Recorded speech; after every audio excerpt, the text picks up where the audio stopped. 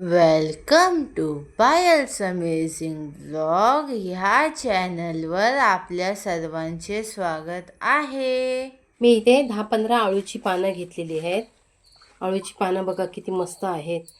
आणि काळ्या देठाचीच पानं घ्यायची.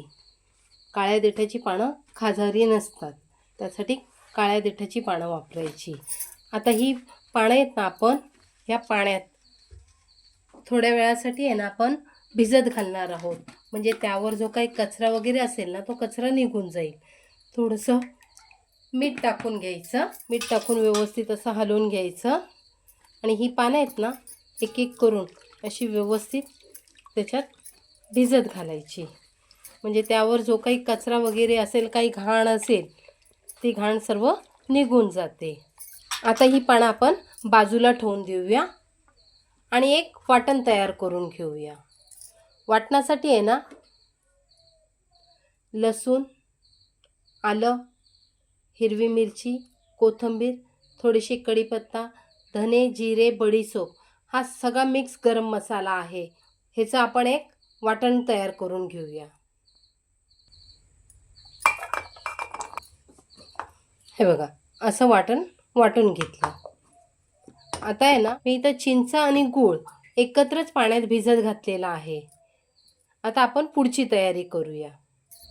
मी इथे बेसन पीठ घेतलेलं आहे. वाटी मोठी आहे. ही वाटी भरून 2 वाट्या मी डाळीचं पीठ घेत आहे. ते आपण स्वच्छ असं चाळून घेऊया. पीठ व्यवस्थित चाळून घ्यायचं. 1 वाटी आपण अगोदर घेतलेला आहे. ही दुसरी वाटी.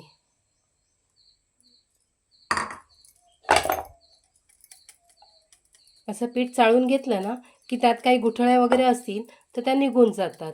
म्हणून पीठ चाळून घ्यायचं. आता अर्धी वाटी तांदळाचं पीठ घेत आहे. ते पण चाळून घ्यायचं.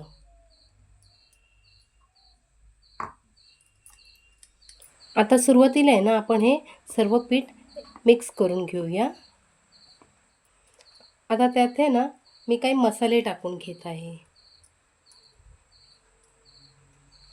हा माझा सिक्रेट मसाला, किचन किंग गरम मसाला. लाल तिखट, हळद, थोडीशी हिंग आणि तीळ आहेत. हे सुके मसाले आपण ह्याच्यात टाकून घेणार आहोत. आणि ओवा हातावर चुरून टाकायचा. ओवा टाकला ना, तर आपल्याला पचायला हलकं जातं. म्हणून ओवा हा हातावर चुरून टाकायचा. त्याच्याने स्वाद पण खूप छान येतो.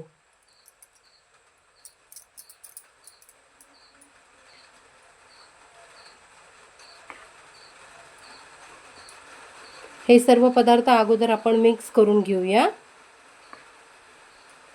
आणि ह्यातच आता आपण हा जो वाटून घेतलेला मसाला आहे, हा मसाला आणि हा चिंचेचा कोळ, हे सर्व पदार्थ आपण ह्यात टाकून घेणार आहोत.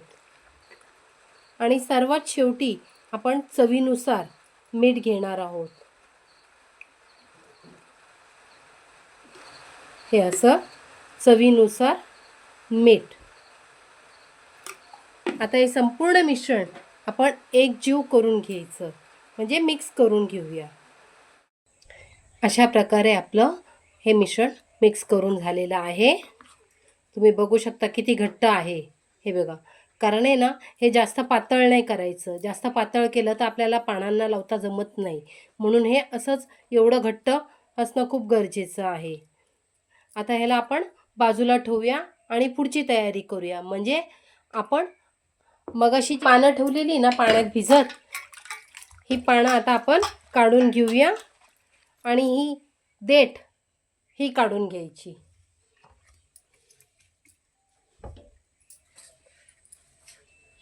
ही अशी देठ त्याची काढून घ्यायची.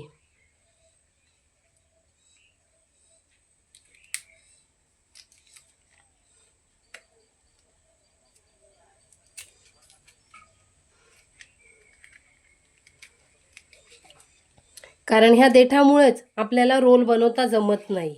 हे बघा, अशी ही देठ काढून घ्यायची. आणि ह्या बाजूचं पण जाडं असलं ना, तर हे पण काढून घ्यायचं.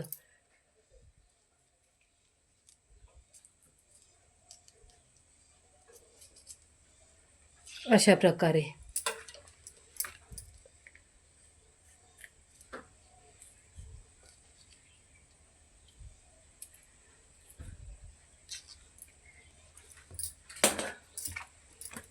आणि असं झालं की त्यावर लाटणं फिरवून घ्यायचं.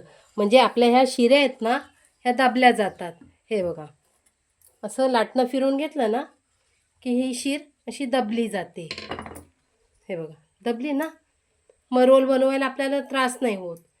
अशाच प्रकारे बाकीची पानं करून घ्यायची. मी ना तुम्हाला आणखीन एक सोपी पद्धत दाखवते. बघा, तुम्हाला कुठली पद्धत आवडते ना, त्या पद्धतीने तुम्ही करू शकता. कारण तशा आपल्याला शिरा काढताना खूप त्रास होतो. म्हणून हे ना, अगदी शिरेच्या बाजूने हे बघा, असं ही शिरच काढून टाकायची आणि मग ह्यावर लाटणं फिरवायचं. म्हणजे आपली पानं पटापट होतात. मला भरपूर अशा प्रमाणात करायचे आहेत ना, म्हणून मी हे बघा, मधली शिरच काढून टाकायची. आता आपलं पीठ पण चांगलं मुरलेलं आहे. त्याला एक वेळा असं हलवून घ्यायचं आणि आता आपण हे पानांना लावून घेऊया. अशी पानं बघा, किती माझी पानं होती.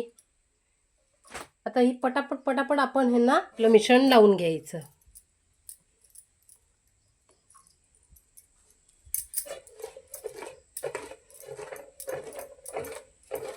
अशा प्रकारे थर लावायचा. जास्त जाड नाही, पातळच थर लावायचा.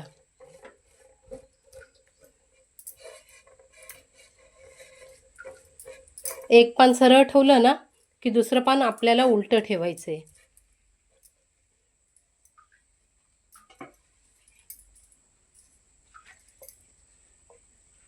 हे असं उलटं. अशा प्रकारे मी 5-6 पानं लावून घेतलेली आहेत. आता ही अशी कोपऱ्याने फोल्ड करायची. आपल्याला जेवढा जाडा रोल करायचा असेल ना, तेवढी पानं जास्त लावायची.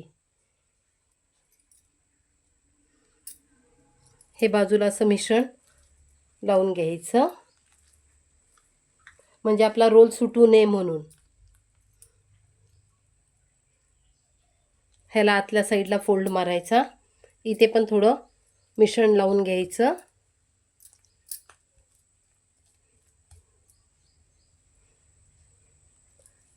म्हणजे अगदी चौकोन करून घ्यायचा याचा.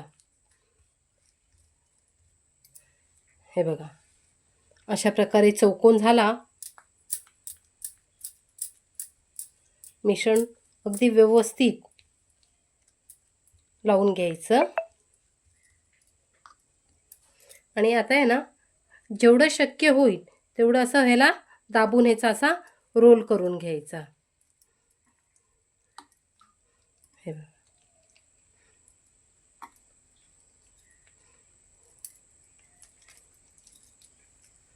हे बघा, किती छान असा रोल झालेला आहे.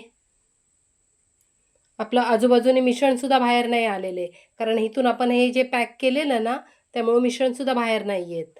अशा प्रकारे आपण सर्व रोल करून घ्यायचे. आपल्याला किती बनवायचे आहेत ना, तेवढे रोल आपण बनवून घ्यायचे. तुम्ही कसंही हाताळा ह्याला, हे अजिबात सुटणार नाही. हे बघा, अशा प्रकारे माझे एवढे रोल करून झालेले आहेत.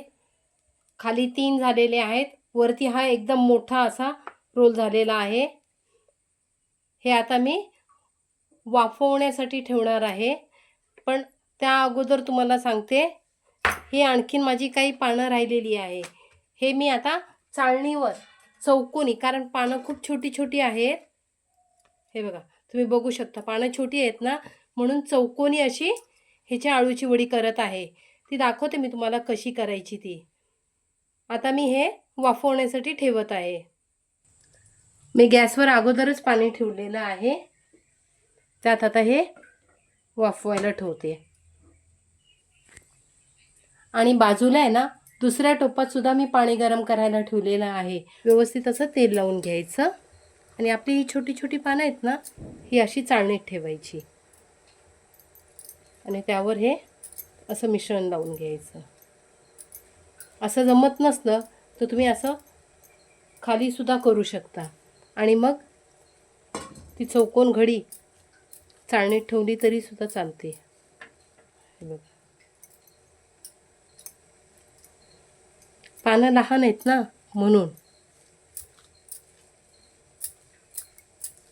हे बघा, अशी मी व्यवस्थित आपण जेवढं मिश्रण घेतलेलं त्यातलं जरासुद्धा राहिलेलं नाही आहे. संपूर्ण मिश्रण हे मला लागलेलं आहे. आता आपण ह्याची अशी चौकोन असं चौकोन करून घेऊया.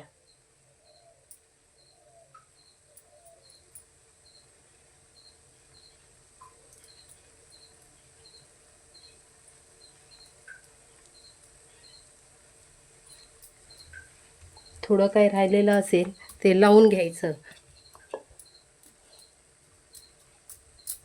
हे बघा, असं व्यवस्थित लावून घेतलेलं आहे आणि वरून असे थोडेसे तीळ भुरभुरून घ्यायचे, म्हणजे दिसायला छान दिसतं.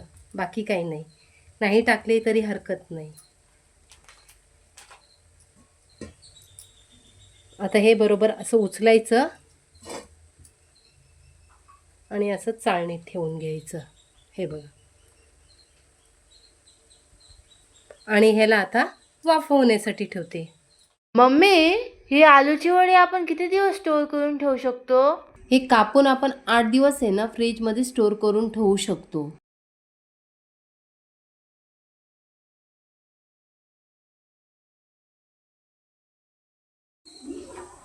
आता 20 मिनिटानंतर आपण बघूया.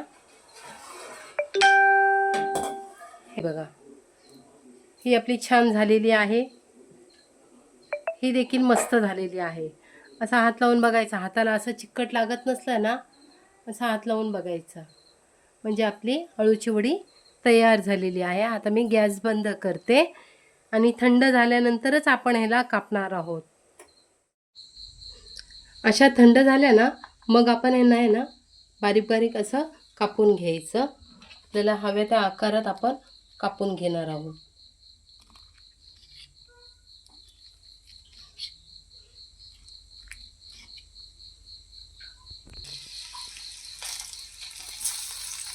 असं तेलात आपण सोडून घ्यायचं आणि मस्त सोनेरी रंगावर तळून घेऊया. असे मस्त सोनेरी रंगावर आले ना की त्यांना आपण आता काढून घ्यायचं.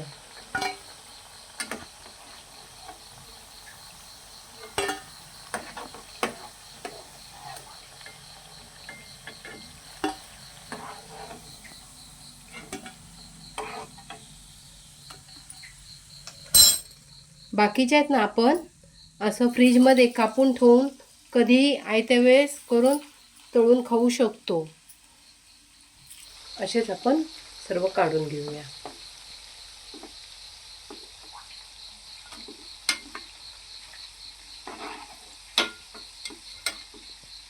मैत्रिणींनो, तुम्हाला जर माझी आजची ही रेसिपी आवडली असेल तर लाईक करा, शेअर करा आणि आमच्या चॅनलला सबस्क्राईब करा.